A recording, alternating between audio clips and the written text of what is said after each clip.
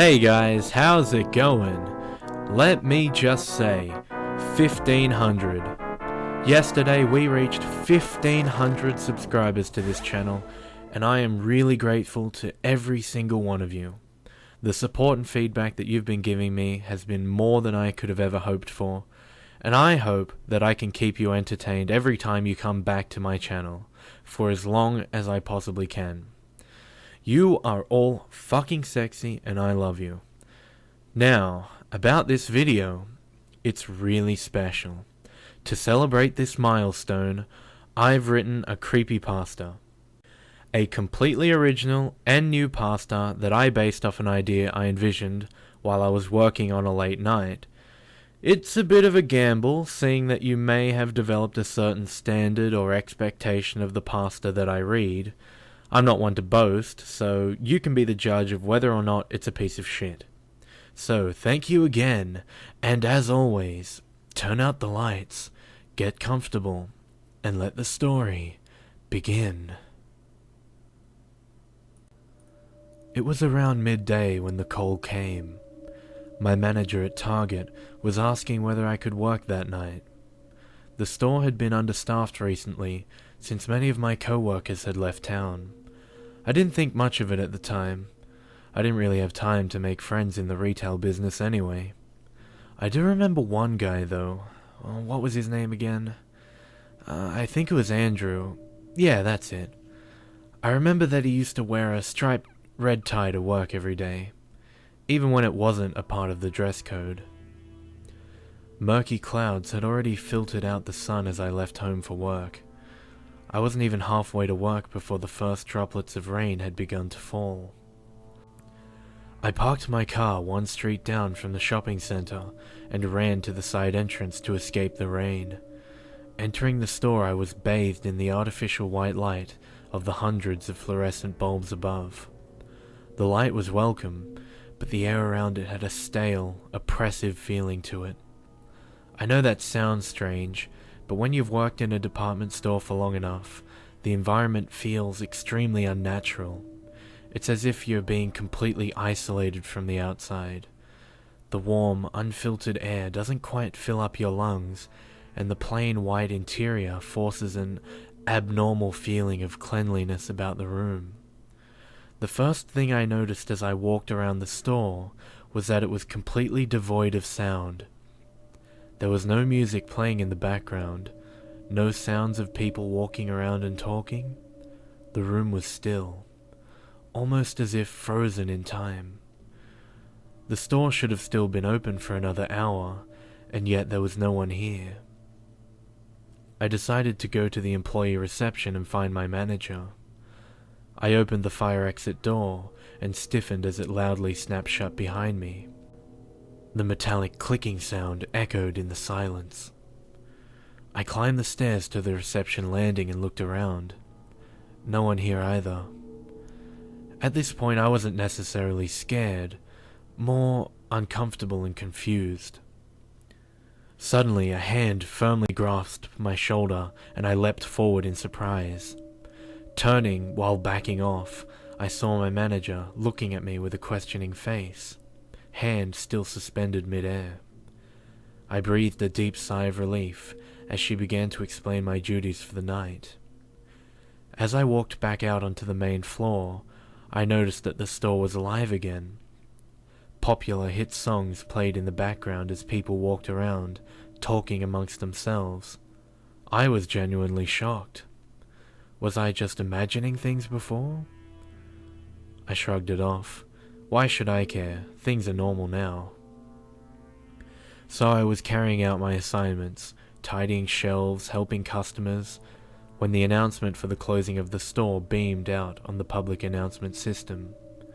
As usual, the customers made their way to the front of the store and left one by one, until there was only the workers remaining. Following suit, my fellow employees also left the store, back to their homes. Unfortunately, my job was not yet done, as I was still on the clock until dawn. In spite of this, I moved to the bedding section of the homewares department with a hunched back, letting out a long and silent yawn. What I saw when I arrived astonished me. A whole aisle of quilts and blankets had been trashed. The packages were pulled from the shelves, items removed from the packaging and strewn haphazardly along the aisle. I groaned inwardly. Some pain-in-the-ass customers had decided to examine all of the quilts firsthand and left their mess for me to clean up. I began to bend to pick up a few quilts when the light at the end of the aisle began to flicker rapidly.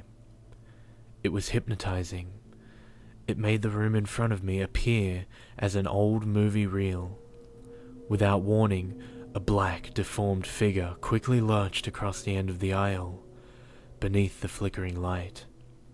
From about 15 meters, I'm not sure if what I saw was a fabrication of the dancing light or something supernatural.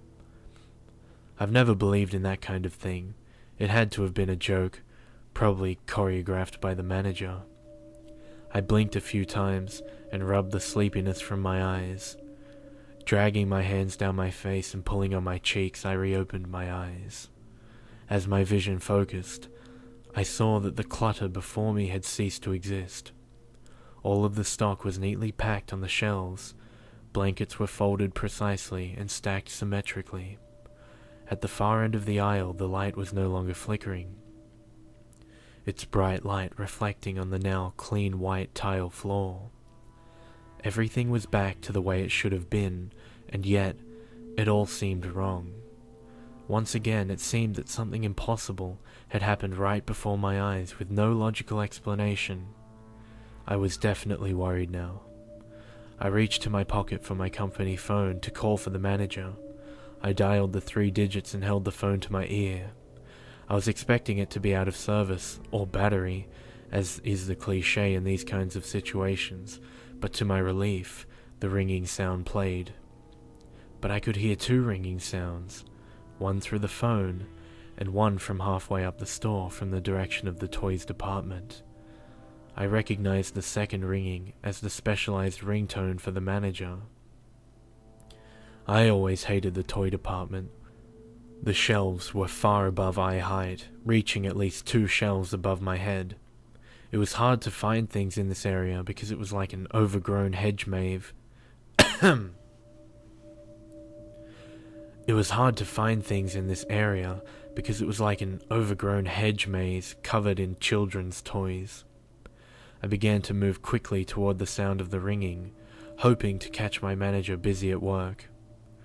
I walked along the far end of the rows of aisles, head tilted, looking along each one until I found the source of the ringing. I stopped toward the center of the aisle when I saw it. A large pool of red, further down the passageway of shelves.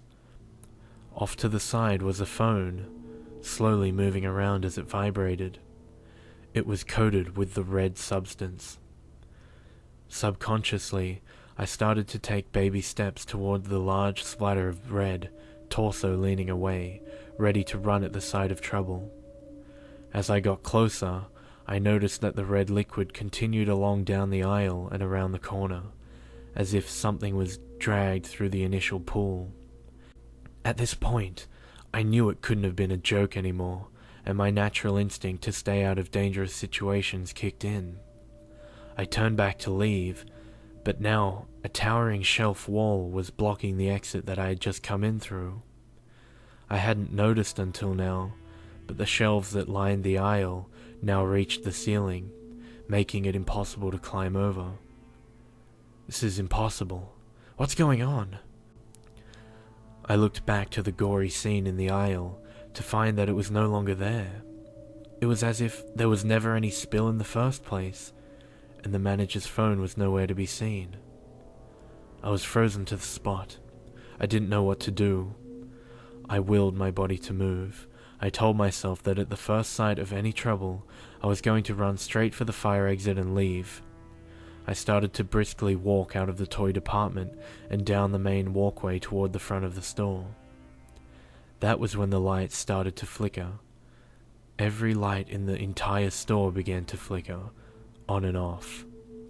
Not like the last time where it flickered quickly. This time, it flickered slowly and randomly. but what I saw in between the lights being on and off scared me more than I had been in my entire life. The distorted black figures were surrounding me. There had to have been at least 20, shuffling and hobbling in random directions around me. I was able to see what they looked like up close. Long, dangling jaws with misshapen and crooked teeth.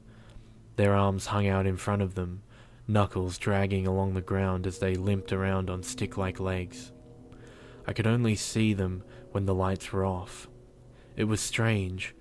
One second they would be engulfing me, and the next would seem as if they were not even there at all. That was when the lights began to shut off, one by one, row by row. Starting from the front of the store, the lights began to go out, as if someone had knocked over a long line of dominoes. I started running toward the back of the store, where the lights shone brightly, illuminating the ever-increasing darkness. I was in an adrenaline-fueled panic as I ran to the back corner of the store.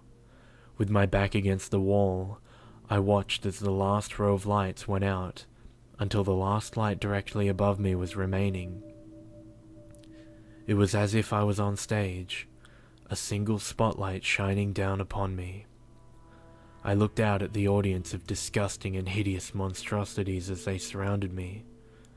I took a slow, deep breath of recognition as I saw the closest one wearing an old and torn, yet visible striped red tie.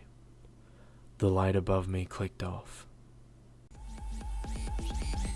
Yeah, drop the beat.